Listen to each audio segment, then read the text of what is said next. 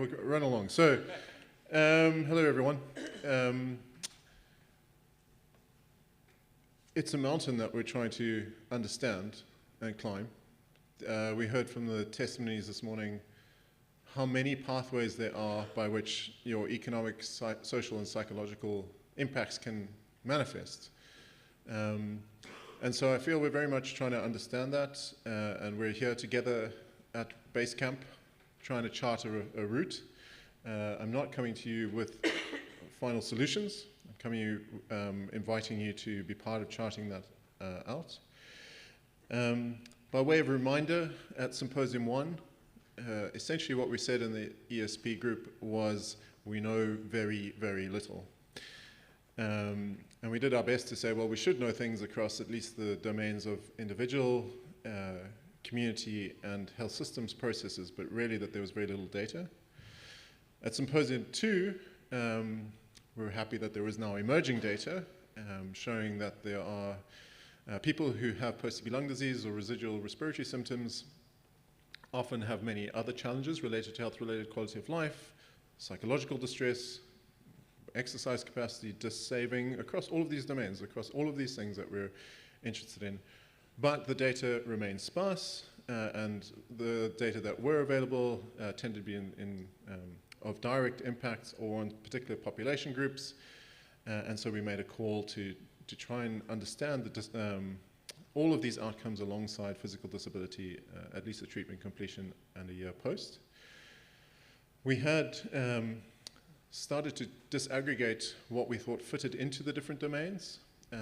And we were ambitious in trying to identify potential scales, because we're all very aware that if you can't measure these outcomes, whether it's the process or the outcome, you can't quantify it, you can't fit it into the disability framework that Delia was just talking on, you can't argue for it. And so we've done some charting of what the available tools are, recognizing that they're all not very good. So by way of, what have we done since then? By way of update, well, I'm going to highlight a few key findings. These are not the only pieces of work, of course, but we had gone from that space to at least trying to then chart out in Becky's paper here how you might think about all of these non-clinical impacts of TB as domains and how to measure it. There'd been work to develop databases which we may use, and then what measures you might include in those databases. There's been work on, particularly in the economics side, on how you weight disability and how it's impacted and what that relates then to cost effectiveness. We saw some of that presented earlier as well. We have people like Michaela developing new measures. This is for really young children. And there is a growing body of qualitative work just documenting the experience of people post-TB. And noting that we lack both quantitative data with standardized measures, but also qualitative data and how we might collect these in order to understand those experiences. So what are the problems? We have this enduring problem of what to measure and then how to measure that thing. So each of these things that we've called economic, social, and psychological are in and of themselves complex. They have multiple facets, and they may not all be the same thing. You know, how does disc saving relate to greater risk for experiencing anxiety? Those are fundamentally quite discrete things, but they're clearly related in people's experiences. Another problem is that the measures that we have are really not fit for purpose, and that's being polite. And the qualitative data that we collect, we may do interviews with people or group discussions, but at current there isn't a cohesive conceptual framing that we're using in order to what experiences are we charting. So everyone who's doing the analysis has a slightly different take on things. And every study or discrete database has limited synergies across things. And then, of course, and Brian and I have this chat in the project that we're working on the one hand, you want, like, what are the 3 questions we can ask people to know what's going to be the impact, economic, social, psychological? Because that we can have as indicators, we can plug it in everywhere, and that's what, but A, we have no idea what those questions should be. But also, it's different to really trying to understand what people's experiences are, which we also need to do.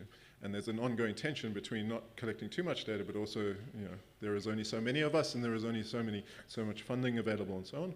And then there are so many special cases, whether it's by population or disease presentation, and so on. So what we're trying to do is take a bit of a step back and solve some of these challenges, not solve them, chart a path to solving some of these challenges, and at least charting a map of how to think about the economic, social, and psychological implications of post-TB lung disease. So at the basic level, we realize that you may have lung impairment, and I'm not a clinician, so I might be using the wrong terms, but this is when you have post-TB lung disease. So there's some kind of respiratory impairment. And that can manifest across these three domains. For example, in the economic domain, you might have job loss because your lungs don't function as they did, or you have income loss, or you have increased costs, or you're less able to save, or you have increased healthcare utilization, which Hojun just mentioned. So each of those aspects have internally a variety of components. I've just given the economic as an example. And those are things if you have post-TB lung disease. But also, regardless of whether you have post-TB lung disease, having had the experience of having TB disease might have enduring impacts, right?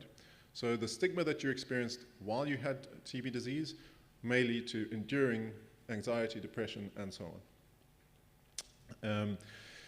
So can we quantify, can we recognize that we don't need to just look among people who have post-TB lung disease, but also fit into that same frame people who may have less or limited or no post-TB lung disease per se, but they're still TB survivors, and how do those two things interface with each other?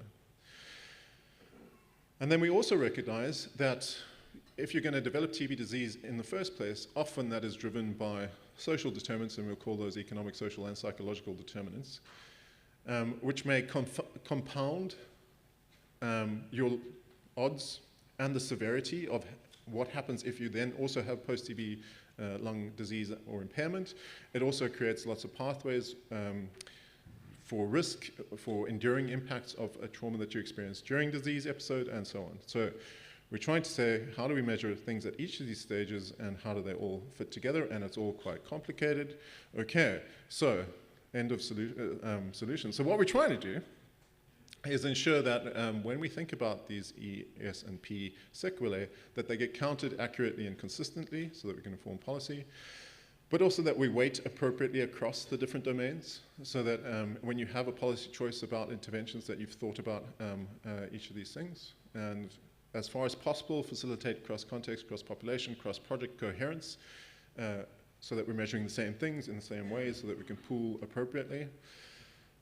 And interface that with, just from Delia's presentation, the way that we think about existing framings of disease. So you heard in her presentation that people think psychologically about what disability is in a particular way, but it's hard to rationalize, and the same goes for social protection, morbidity, health-related quality of life.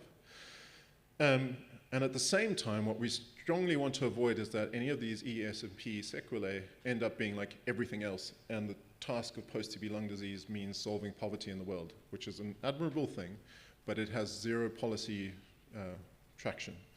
So we're trying to make this specific as possible and linking the kind of pathways as clearly as possible. Acknowledging that there are additional complexities, by survivor population. I'm going to pediatrics later, but also all the people living with HIV and so on. The way that the disease presents, whether it's meningitis or extrapulmonary or musculoskeletal. I think something which other colleagues who've been working in the asymptomatic TB space, we also have to think about how does that interface with then post-TB lung disease, people who are not even presenting with symptoms, and how does it all flow through this process. Also, we know some people report that treatment for TB is worse than the disease in the first place. So if we're introducing a treatment-associated morbidity, how does that interface with these longer-term impacts? And then trying to work on kind of things that can go against that, social capital, social protections, and so on. So I hope that's whet your appetite for Wednesday morning. As you can see, we're at base camp. We're trying to chart things. Please come and help us to do so. We are trying to gain consensus on what the various domains and the attributes within those domains will be. We have 4 brief presentations on recent data, and then we're working towards a Delphi kind of process. So see you at the top.